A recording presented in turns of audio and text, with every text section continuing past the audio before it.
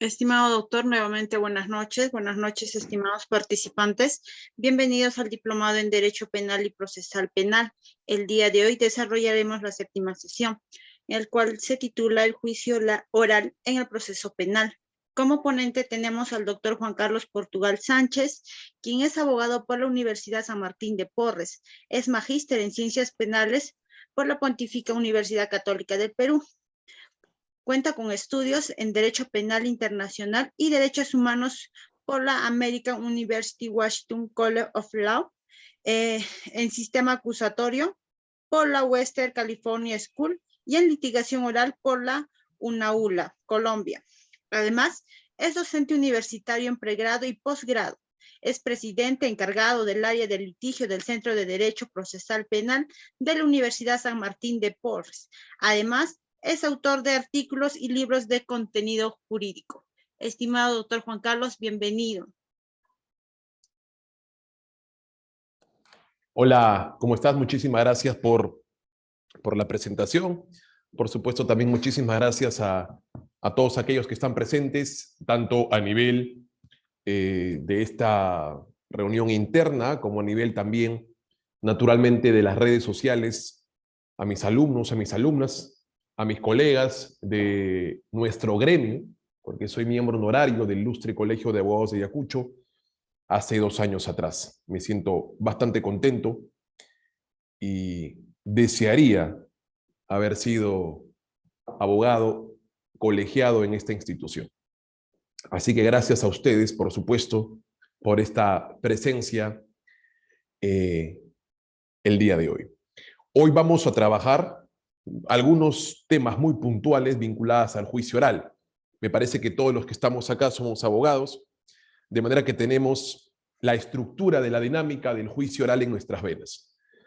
Eso significa que no vamos a darles lo que ya saben, a contarles lo que ya saben, sino quizás a contarles algunas problemáticas aún vigentes en el sistema judicial de nuestra querida tierra Ayacucho, como también a nivel del sistema judicial peruano.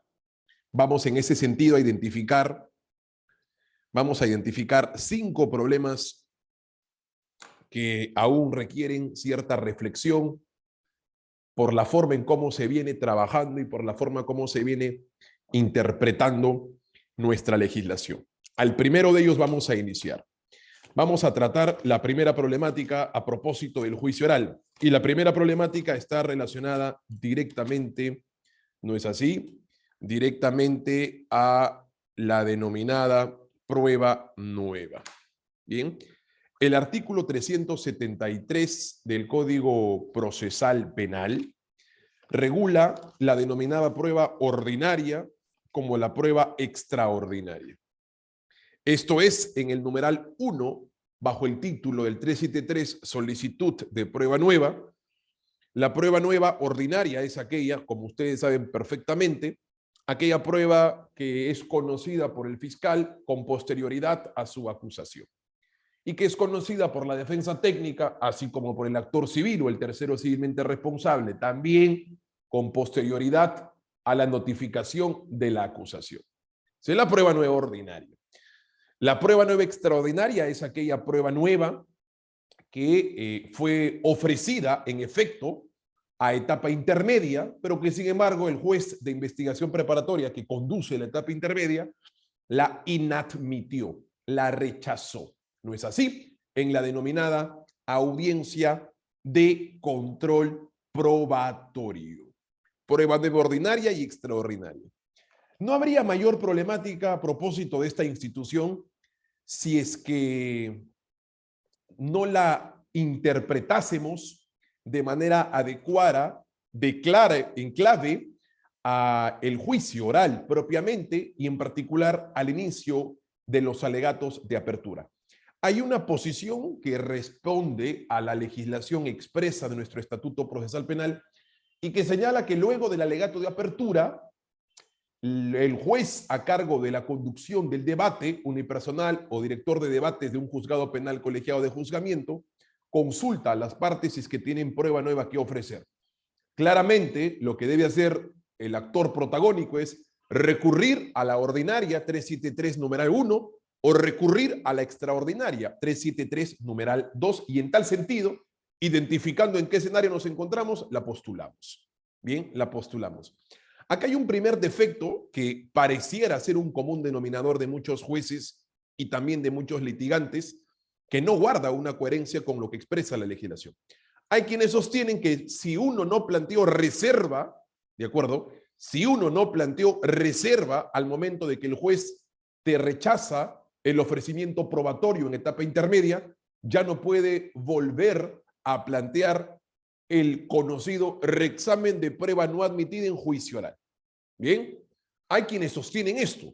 No planteaste reserva y como no planteaste reserva, no tienes la posibilidad de poder ofertar tu material probatorio en juicio oral. Esto no es así.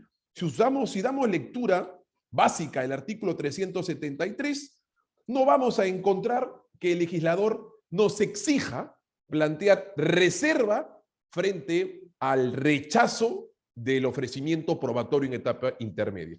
La reserva se plantea cuando se postula prueba complementaria acabada la actividad probatoria ordinaria bajo la legislación del 385 numeral 2 y te rechaza.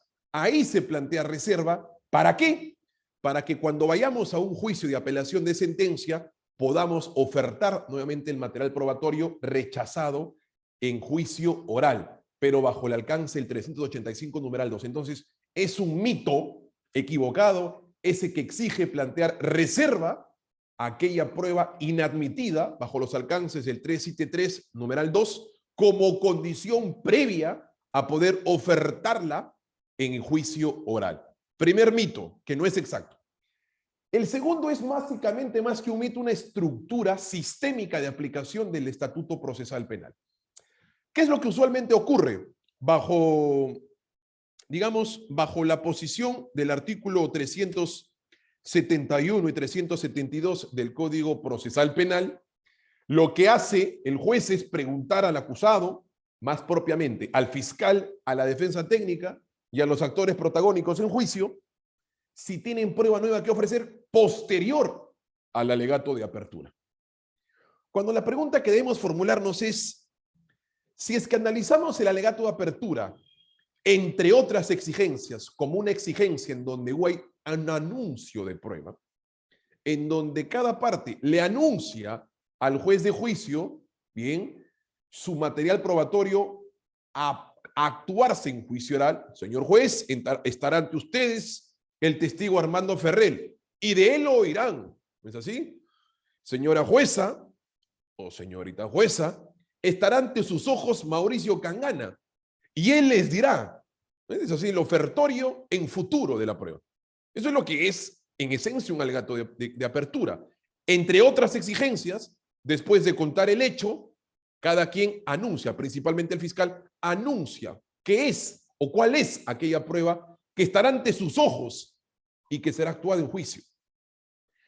Entonces, no es más lógico, insisto, en clave de un análisis sistémico de la institución alegato de apertura articulada con la prueba nueva, que es mejor que antes del inicio de los alegatos de apertura se le pregunte si hay prueba nueva que ofrecer? Esto es, instalada la audiencia, inmediatamente después se consulta a las partes si hay prueba nueva que ofrecer, por una razón sencilla. Porque si el alegato de apertura, dentro de las tres exigencias que esta tiene, anúnciame el hecho, cuéntame el hecho, anúnciame aquella prueba admitida para juicio. Y por supuesto, la adecuación del tipo respecto al hecho. ¿Qué pasa si es que luego del alegato de apertura, como está estructurado nuestro Estatuto Procesal Penal, se ofrece prueba nueva y se admite 5 testigos nuevos? Esos 5 testigos son parte del ofertorio probatorio del alegato de apertura del fiscal. Pero como ya pasó el alegato de apertura, ya no se va a poder anunciar la importancia probatoria de estos 5 testigos al momento de contar el caso, al momento de presentar nuestra estructura de defensa, al momento de iniciar nuestro alegato de apertura. Lo contrario, y es lo que en efecto suelo proponer, a veces con cierto rechazo, a veces me aceptan, es que antes del alegato de apertura se consulte si hay prueba nueva que ofrecer. en tanto exista prueba nueva que ofrecer y se admita, ese testigo admitido va a formar parte de nuestro alegato de apertura y en ese sentido va a ser utilizado en nuestro alegato de apertura. El juez va a saber cuál es la importancia probatoria dentro de la estructura del alegato de apertura con la prueba admitida. No podría saberlo realizado el alegato de apertura y con una admisión de prueba posterior a esta. Entonces, desde una estructura sistémica entre dos instituciones, alegato de apertura y prueba nueva que ofrecer, me parece que es estructuralmente mucho más importante de cara al cumplimiento del segundo requisito de un alegato de apertura. Anúnciame cuál es la prueba testifical y documental que voy a ver ante mis ojos. Entonces, en esa estructura, me parece que es mucho más recomendable que la consulta respecto y la discusión respecto de la prueba nueva sea una discusión previa al alegato de apertura para que, admitida la prueba nueva, esta forme parte de nuestro alegato de apertura y de esa manera la estructura sea mucho más esquemática, sea mucho más íntegra y sea mucho más completa al momento de presentar nuestra teoría del caso. Esa es la primera problemática que quería, por supuesto, compartir con ustedes. La segunda problemática que quiero compartir con ustedes está desarrollada y enfocada esencialmente a la posibilidad de objetar un alegato de apertura o no. Bien, yo soy de la tesis, y por eso es que en mi obra sobre la objeción como mecanismo de litigio en juicio oral, cuya segunda edición, por cierto, sale en el mes de noviembre, he firmemente sentado la posibilidad de que sí es posible plantear un alegato de apertura en una objeción al alegato de apertura. Por una razón sencilla, no quiero hacer un ejercicio de argumentación respecto a las 6 razones, pero esencialmente por una razón. Y es que como abogados no podemos permitir que el fiscal introduzca una información inexacta o falsa el primer minuto del partido, de los 90 que este va a durar, de los 90 minutos de juicio que este va a durar. Permítanme, por supuesto, ese eufemismo. 90 minutos igual a juicio. No podemos permitir que el primer capítulo de la historia, que es un capítulo contado desde la perspectiva del fiscal, sea una perspectiva ajena a lo que en efecto aconteció durante la investigación y durante la etapa intermedia. No podemos permitir que los jueces recesen la audiencia, suspendan la audiencia hasta una próxima sesión, llevándose consigo hacia sus adentros una información falsa, un hecho imputativo inexacto. ¿Qué pasa si a juicio acudimos por un delito de colusión agravada respecto de 2 hechos?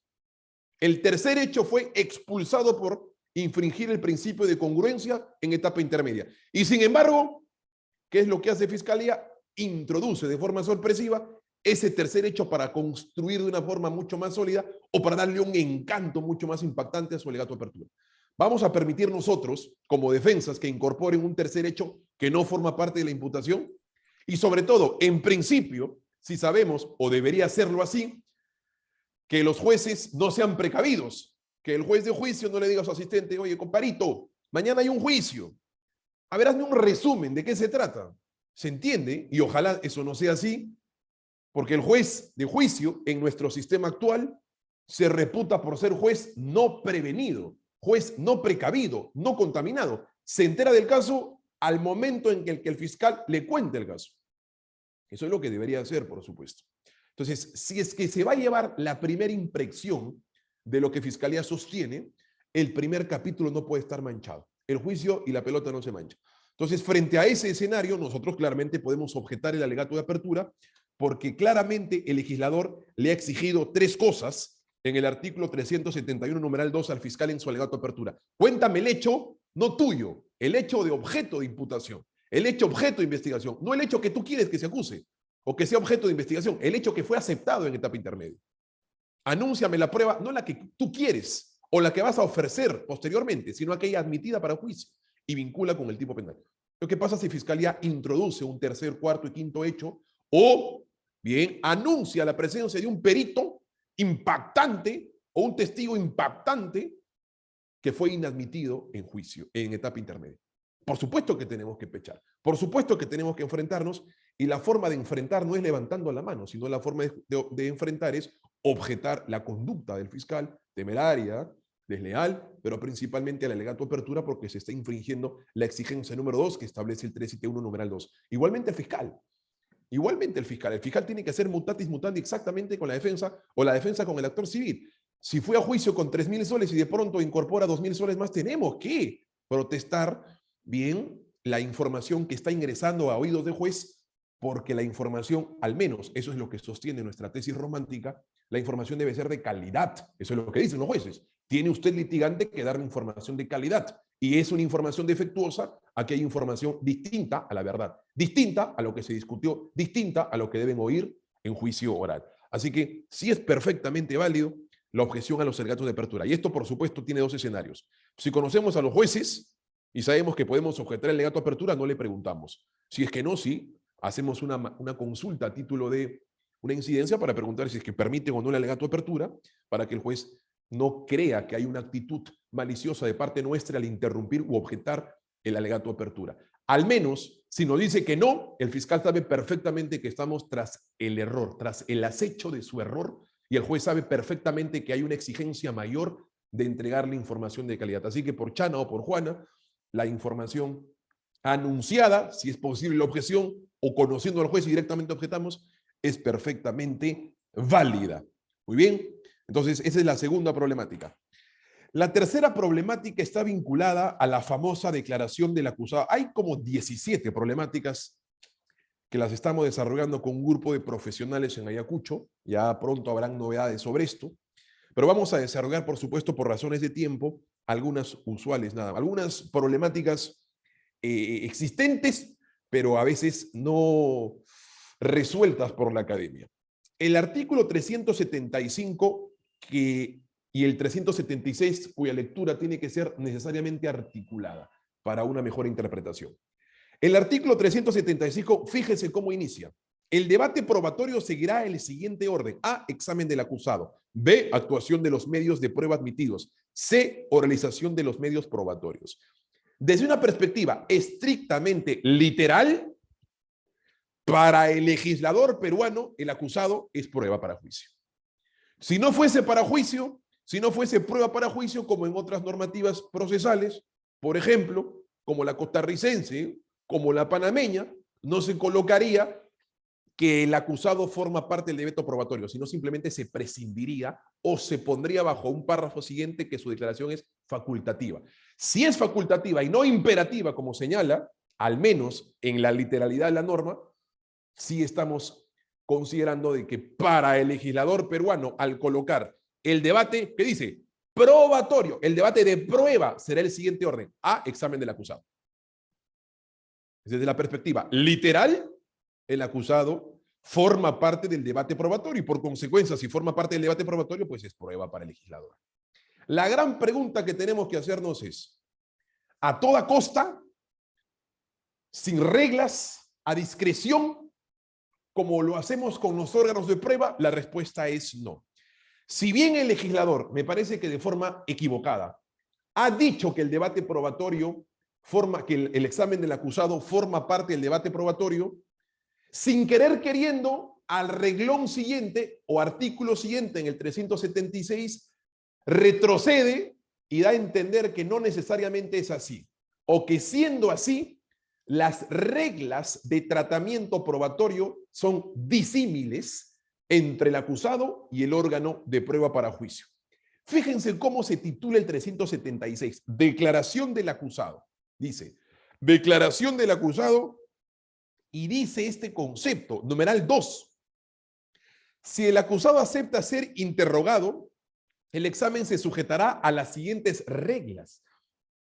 No dice las siguientes disposiciones, dice siguientes reglas. Esto es, al calificar de reglas, el legislador, si es que algo sabe derecho, está sugiriendo que esta regla es un mandato de optimización constitucional. Esto es, o vale decir, de que las reglas no pueden ser interpretadas en malamparte, de forma contraria al sino al contrario, al colocar la expresión reglas, trata de ser mucho más tuitivo, mucho más protector con el acusado en juicio. Y fíjense cuáles son las reglas que distan, muy bien, en la declaración del testigo. Disculpe, a la coordinación permanentemente están ingresando. Yo los estoy aceptando para que no dejen de ser parte de esta conferencia, pero a veces me distraigo un poquito. No sé si ustedes pueden manejar esto, por favor. Doctor, buenas noches. Sí, doctor, ¿Sí? yo ando aceptando a los participantes que están ingresando, no se Es que estoy preocupe. también Sí, no se haciendo lo preocupe. mismo. Quiero aprovechar esta pausa para saludarlos nuevamente, estimados amigos, a la gestión actual, a la cual promocioné, porque me parece, sin descalificar, por supuesto, a la gestión anterior, que me parecen profesionales de alta calidad, me parece que en esta gestión hay también mucho profesionalismo, hay profesionales que ilustran la academia en Ayacucho y que por supuesto estamos bastante esperanzados en que esa reflexión académica trasunte y se traslade a una reflexión como gremio, como instituto. Siempre cuenten conmigo para todas las actividades que ustedes desarrollen. Quiero enviar un fuerte abrazo a quienes se encuentran presentes, a la doctora Anita Hurtado, a Kelly Pastor, a Helen Cordero, a Marc Valverde, a Edwin Padilla, a David Olivares Inostroza, al doctor y profesor en el Colegio Salesiano Aquiles Larrea, a Eva Campos, entre otros, que hoy presencian esta actividad. Muchísimas gracias, entre muchos a los que están presentes, por supuesto. Fíjense cómo ha tratado el legislador. Insisto, a manera de resumen. El 375 te dice, el acusado es prueba para el fiscal. Perdón, prueba para el legislador. Necesariamente el tratamiento probatorio en el artículo siguiente es exactamente igual al órgano de prueba, testigo y perito. La respuesta es no. Se sujeta a reglas de especial tratamiento diferenciado. Regla número 1. El acusado aportará libre y oralmente relatos, aclaraciones y explicaciones sobre su caso. Acá hay un punto absolutamente importante. Hay jueces que olvidan este especial detalle. Y una vez que el acusado dice, señor, usted va a declarar, perfecto, fiscal, pregúntele. Cuidado con eso. Porque antes de que se someta al interrogatorio cruzado, antes de eso, el acusado puede, en 3, 4, 5 minutos o en el tiempo que el juez disponga, exponer todo aquello que fácticamente considere que es importante para su defensa.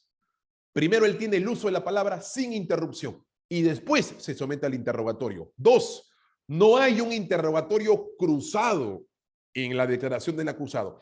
El interrogatorio cruzado involucra que exista un interrogatorio y que exista un contrainterrogatorio, un enfrentamiento de líneas temáticas. Aquí, en principio, debería existir. Pero ¿saben por qué sistémicamente no puede haber un interrogatorio cruzado? Porque el interrogatorio cruzado o en el interrogatorio cruzado se pregunten las preguntas sugestivas. Abiertas, sugestivas. Interrogatorio abiertas, sugestivas, cerradas y sugestivas. ¿No es así? En esencia, cuando hay interrogatorio cruzado, es porque hay un oponente y hay un defensor. Pero acá no, porque claramente el artículo 372, literal D, prohíbe las preguntas sugestivas al acusado. Y si prohíbe las preguntas sugestivas al acusado, por consecuencia prohíbe el contrainterrogatorio. Por consecuencia prohíbe el recontrainterrogatorio y por consecuencia prohíbe el interrogatorio cruzado. La única declaración, porque tiene reglas de tratamiento diferenciado, en donde no hay contraexamen, en donde no hay interrogatorio cruzado, es en la declaración del acusado. Si vas a declarar, declara, sométete a la guillotina estatal, pero yo te voy a proteger y estas son tus reglas. 376, numeral 2. El literal te dice, no hay preguntas sugestivas. Por eso es que yo también pauteo la intervención cuando decido someter a la guillotina a mis clientes en juicio. No puede seguir el esquema usual del interrogatorio a testigos. El acusado no ha sido ofrecido como testigo porque ese acusado no es testigo, de manera tal que no puede iniciar con el fiscal. Porque en principio, de la defensa y del fiscal, ¿quién es el supuesto enemigo del acusado? El fiscal, porque lo ha acusado, lo quiere ver preso. Entonces, es un contrasentido sistémico de que sea el fiscal quien inicie y supuestamente quien tenga que sugerirlo o sugestionarlo sea su defensa. Eso se da en testigos y en peritos. La regla de que quien ofrece el testigo es el primero en interrogarlo. En efecto, pero el acusado no es testigo de la fiscalía, no es testigo de nadie. Por eso es que yo sostengo y siempre a manera de incidente estructuro, señor juez. Veamos la regla número 1. El acusado aportará libre y oralmente relatos y aclaraciones. ¿De qué forma va a aportar relatos y aclaraciones? Con una pregunta sugestiva. Por eso es que es un contrasentido y felizmente el legislador lo ha prohibido. Las preguntas sugestivas, como las preguntas cerradas, sí, no, o las preguntas sugestivas incorporan la pregunta, la respuesta en la pregunta, son cercadas, son milimétricas. Y eso es contrario a la primera regla. Aportará libre, espontáneamente, aclaraciones. Uno no puede aportar como acusado aclaraciones libremente si lo cierran con una pregunta cerrada o lo cierran con una pregunta sugestiva. Es un contrasentido en ese sentido que empiece fiscalía, que empiece más propiamente la fiscalía. Quien debe iniciar el interrogatorio es el abogado del acusado, con preguntas anchas, con preguntas abiertas, con preguntas de aclaraciones, con preguntas largamente, digamos, de contenido complejo. Y luego es el fiscal, en la misma ruta. Yo sostengo que no hay preguntas ni cerradas ni sugestivas en el interrogatorio del acusado, porque las preguntas cerradas no permiten una exposición o una aclaración. Y la regla número 1 del interrogatorio para acusados es que las preguntas sean aclaratorias. Dos escenarios respecto de esto. Hay quienes consideran que las sugestivas no están permitidas, expresamente así lo regula el 373, numeral 2, literal D, por consecuencia no hay interrogatorio cruzado, por consecuencia quien inicia es la defensa y no la fiscalía, y además, escenario número 1, no se permiten las sugestivas, pero se permiten excepcionalmente las preguntas cerradas. Ya seguramente, en un segundo round, la defensa le podrá decir, cuando el fiscal te dijo esta pregunta y tú dijiste que sí, quisiste agregar información, pero te cortó. ¿Qué quisiste decir? Ahí aclara, ahí precisa, ahí expone, ahí relata.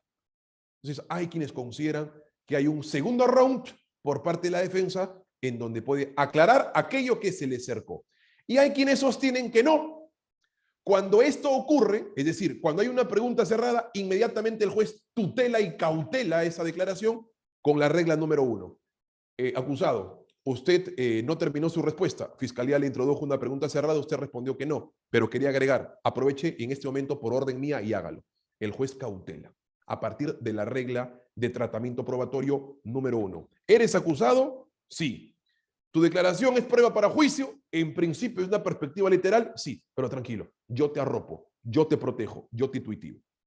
¿De acuerdo?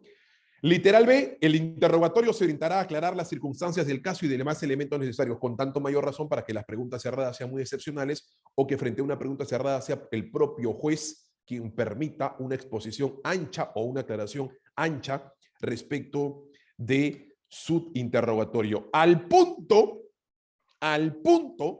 de que, a diferencia del artículo 378, en donde no se prevé de forma expresa la posibilidad de que sea el juez quien de oficio objete las preguntas mal formuladas a los órganos de prueba, el 376 sí. El 376 en el numeral 3 expresamente sí permite que el juez de oficio pueda activar su facultad de objetador y no el 378 hacia los órganos de prueba.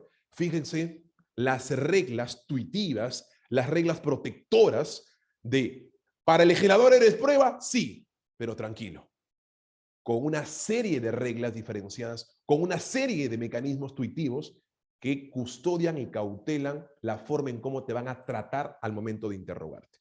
Muy bien. Tercera problemática. Cuarta problemática, las denominadas declaraciones previas. ¿De acuerdo? Las denominadas declaraciones previas. El artículo 378, numeral 6, dice expresamente esto.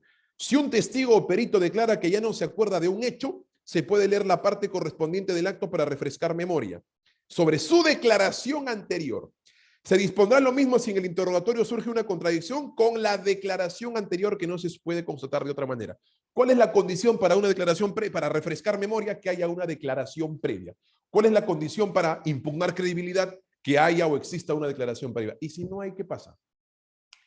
¿Qué pasa respecto del acta de intervención policial? El policía no fue a ratificar su acta y por consecuencia no tiene una declaración en tal sentido ante el fiscal. Simplemente le entrego el acta y buenas noches los pastores. Nos vemos hasta juicio cuando me convoques a ratificarme el acta.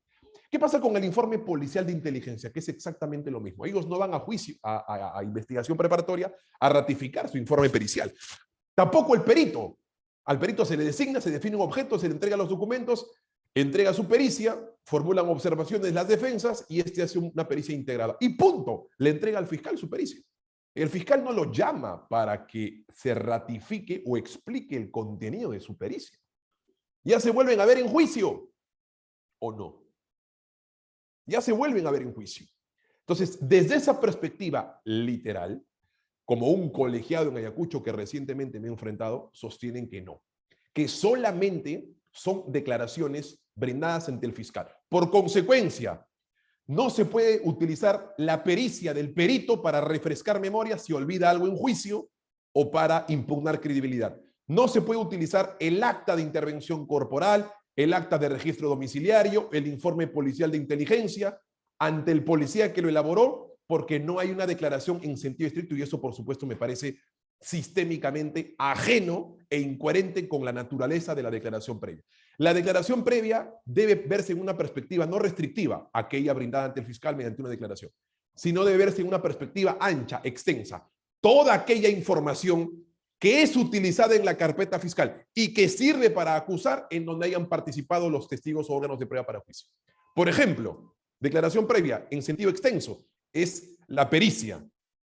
En sentido extenso es el acta de registro corporal. ¿Por qué va el policía a juicio? ¿Para enfrentar y para vernos litigar? Porque de pronto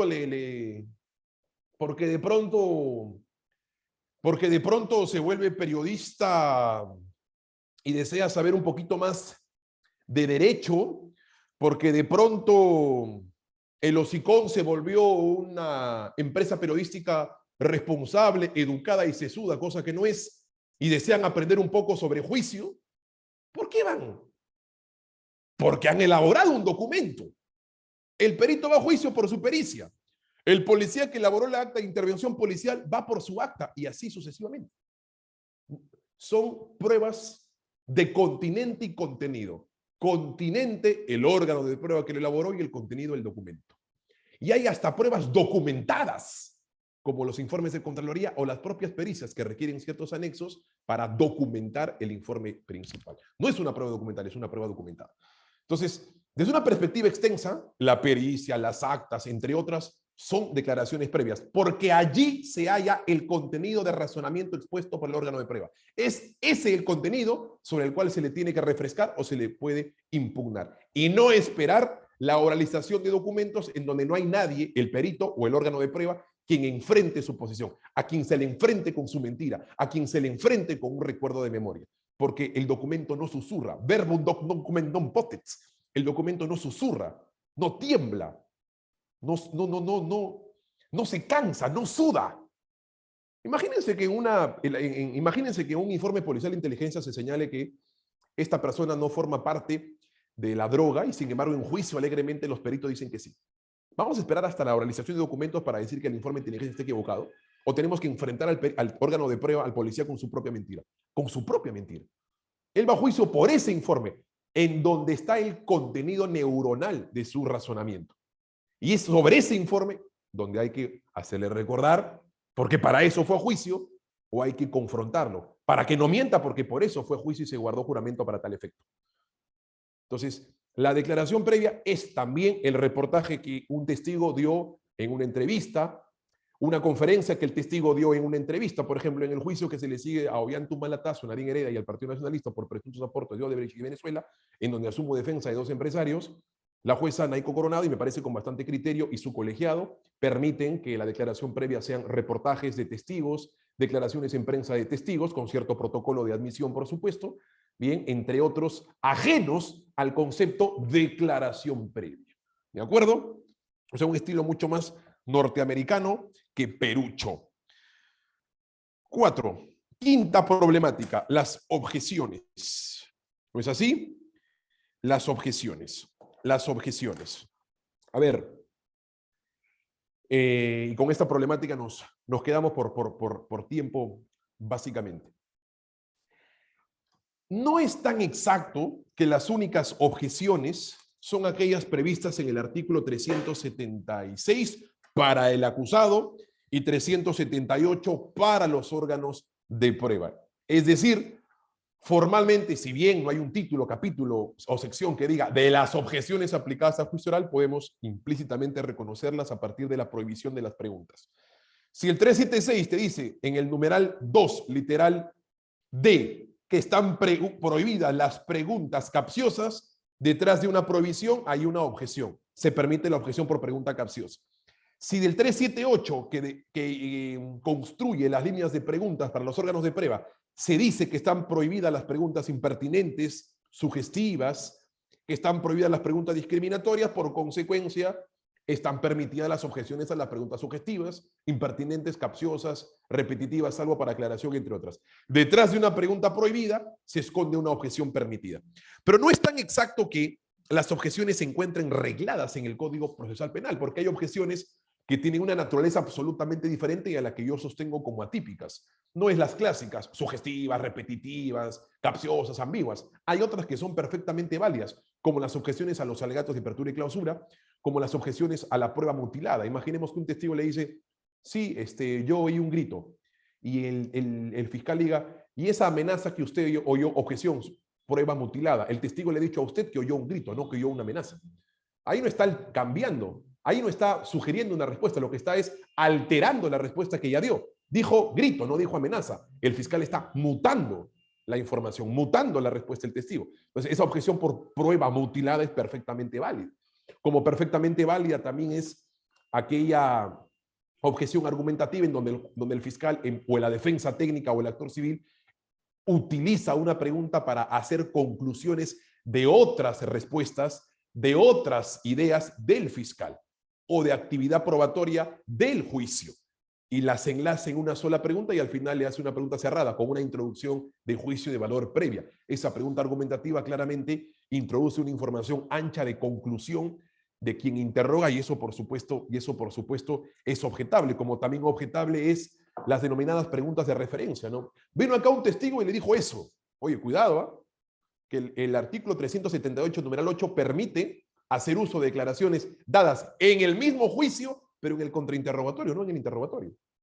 Entonces, no puedes hacer uso en el interrogatorio. Tal testigo vino y dijo eso. ¿Tú qué tienes que decir para que el testigo al que le estamos interrogando afirme o niegue lo dicho por una tercera persona? Hay que tener muchísimo cuidado con las preguntas de referencia para también construir una objeción en ese sentido. Y además, por supuesto, también las objeciones al procedimiento, a los procedimientos que si bien no están reglados, y qué bueno que no lo estén, porque no se puede hacer un ejercicio de construcción legislativa de una técnica de litigación oral en un código penal, ¿no? O sea, no se puede exigir a un político de pronto hacer un compendio de cómo litigar en un código procesal penal. El código procesal penal no está creado para tal propósito, pero me parece que los jueces deben levantar la ceja y poner un especial tino y tono al momento en que los abogados, fiscales, actores civiles, defensas técnicas, defensas del tercero civilmente responsable, malforman, maleducan el procedimiento, por ejemplo, para refrescar memoria, para impugnar credibilidad. Hay necesariamente ciertos pasos para poder refrescar memoria. ¿A qué hora llega? Hasta las 6 de la tarde. Señor juez, por favor, hay que alcanzarle su declaración para refrescarle memoria, porque llegó a las 7. ¡Ey, cuidado! Hay un procedimiento de acreditación de la existencia previa de la declaración. No puedes superar o suprimir ciertas fases que son básicas, que son estructuralmente obvias para llegar a ese propósito. Hay que tener muchísimo cuidado con ello. O cuando también se dice no sé. El no sé es una información que más es un desconocimiento que una imprecisión o una aclaración. Entonces, ante el no sé, no se puede hacer refrescamiento de memoria. Hay que tener muchísimo cuidado cuando uno dice no me acuerdo con un no sé. No es exactamente una sinonimia. Entonces, hay que, insisto, tener muchísimo tino y muchísimo tono en algunas objeciones que pululan ante nuestros ojos, que están frente a nosotros y que, por supuesto, por falta quizás de instrucción en esta política, no la identificamos, o identificándola son los jueces quienes se desmarcan de estas objeciones atípicas por desconocimiento de su naturaleza o porque estas expresamente no se encuentran reguladas. Ante ese escenario, como abogados, por supuesto, tenemos que enfrentarlas, y ahí, a manera de un consejo, tenemos que incorporar una dosis de especial argumentación para tratar de convencer al juez de que, si bien en efecto pareciera ser una objeción atípica, es una objeción perfectamente válida si construimos el razonamiento y si el juez, por supuesto, nos permite poder brindar algunas líneas de expresión sobre esa objeción.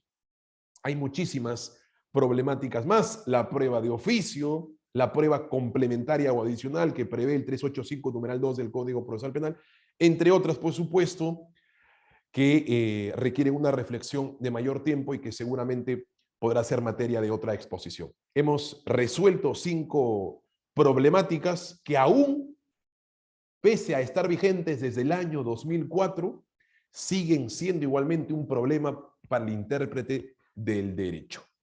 Y que me parece que reflexiones como estas suman para poder hacer academia, no solamente en actividades como estas, sino hacer academia en nuestras propias audiencias, enfrentando a nuestros propios jueces, por supuesto con muchísimo respeto, pero siempre con mucho protocolo y con mucho acceso al momento de estas intervenciones.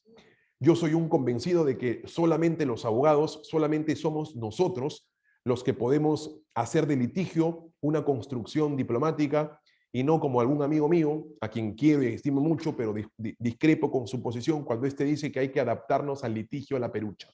No, porque eso, adaptarnos al litigio a la perucha, significaría aceptar que hemos sido partes del fracaso, que hemos fracasado con el sistema, que tenemos que adaptarnos al error judicial, que tenemos que adaptarnos a la interpretación equivocada. Me parece que no podemos litigar a la perucha, debemos litigar conforme nos exige la academia. Entonces, este tipo de certámenes nos permiten tener una serie de insumos e instrumentos para poder enfrentar estas problemáticas en tanto se presenten, por ejemplo, algunas o todas de ellas en un escenario de juicio oral.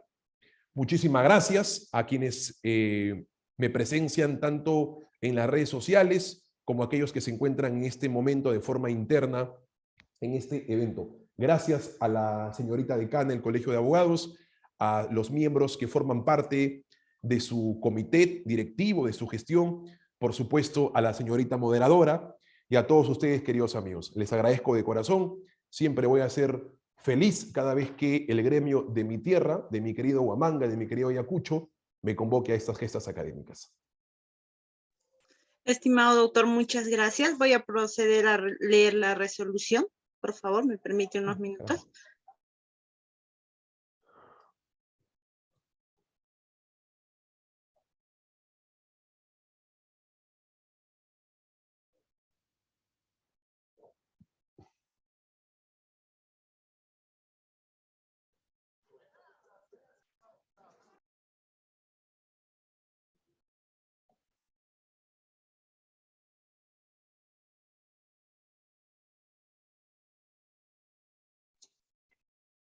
Resolución de canal número 247-2022-ICA/D. Ayacucho, 15 de septiembre del 2022. Vista la propuesta de la directora académica y de promoción cultural, y estando de acuerdo de la Junta Directiva del Ilustre Colegio de Abogados de Ayacucho, del día de la fecha, y considerando que, conforme prescribe el artículo 1 del Estatuto Institucional, el Ilustre Colegio de Abogados de Ayacucho es una institución autónoma con personalidad de derecho público interno y base asociativa privada, que es un privilegio para la Orden del Ilustre Colegio de Abogados de Ayacucho que profesionales de destacada trayectoria y labor profesional concurran a nuestra orden para brindar actualización y especialización en el derecho, siendo el caso del doctor Juan Carlos Portugal Sánchez, quien es abogado de profesión, magíster en Ciencias Penales por la Pontificia Universidad Católica del Perú, cuenta con estudios en Derecho Penal Internacional y Derechos Humanos por la American University Washington College of Law, en Sistema Acusatorio y Destrezas en Litigación Oral por la Western California School y por la Universidad Autónoma Latinoamericana de Colombia. Además, es especialista en argumentación jurídica por la Universidad Nacional Mayor de San Marcos, docente universitario en pregrado y posgrado, presidente encargado del área de litigio del Centro de Derecho Procesal Penal de la Universidad San Martín de Porres. Es miembro honorario de los colegios de abogados de Ayacucho, Ica, Tacna, Huánuco, Selva Central y Apurímac. Además, es autor de artículos y libros de contenido jurídico, por lo cual es meritorio el reconocimiento y agradecimiento institucional en el acto público al referido profesional. Ello en aplicación de la segunda disposición transitoria y final del Estatuto Institucional. Por estas consideraciones, el decano encargado en uso de las atribuciones que le faculta el Estatuto Institucional resuelve.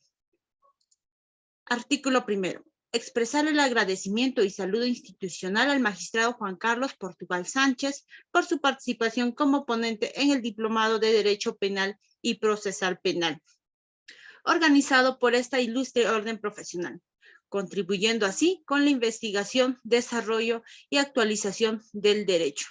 Artículo 2. Disponer que la presente resolución se incorpore en los legajos correspondientes de nuestra orden.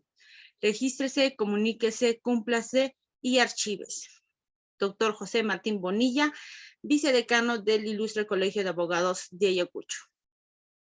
Estimado doctor, es una resolución que la Junta Directiva ha creído conveniente otorgarle por esta ponencia y su buena voluntad en la clase de hoy. Además, doctor, tenemos un certificado que también se le va a hacer entrega ya personalmente, ¿no? Previas coordinaciones. ¿Me permite un momento? Mucho gusto. Lo voy a mostrar. Qué lindo que sea mi gran amigo y un gran litigante a nivel de Ayacucho, a quien aprecio y admiro, José Martín Bonilla Leonardo, quien haya firmado este documento. Sí, doctor. Me llena de mucho orgullo. El doctor José Martín Bonilla se encuentra ahorita como decano encargado, ¿no? Entonces, todas las documentaciones están siendo aprobadas por su persona. Claro que sí. Además, doctor, le hacemos entrega del certificado otorgado al doctor Juan Carlos Portugal Sánchez por haber participado en calidad de ponente en el diplomado especializado en Derecho Penal y Procesal Penal con el tema Juicio Oral en el Proceso Penal, el 15 de septiembre del 2022, mediante plataforma Zoom. Ayacucho, septiembre del 2022, firma el doctor José Martín Bonilla Leonardo, decano encargado del Ilustre Colegio de Abogados, así como la directora de Promoción Cultural Maribel Carrasco Ramírez. Esos serían los documentos, doctor, que la Junta Directiva está haciendo entrega a su persona, ¿no? De antemano agradecemos su participación y su buena voluntad el día de hoy. Quedamos muy agradecidos y muy satisfechos con su ponencia. Cuenten si tuviera siempre últimas conmigo, palabras, doctor. Que cuenten siempre conmigo cada vez que ustedes me convoquen. Si hay una institución en el Perú a las que jamás le diría que no, esa es mi tierra, esos son los estudiantes de Ayacucho y ese es el Ilustre Colegio de Abogados de Ayacucho. Estimado doctor, muchísimas gracias nuevamente. Estamos en contacto para algunas coordinaciones, ¿no?, que se requiera más adelante. Muchas gracias nuevamente. Gracias a ustedes y buenas noches. Permiso. Estimados participantes, también agradecemos la participación de ustedes el día de hoy. Nos vemos en nuestras próximas clases. Hasta entonces. Gracias. Permiso.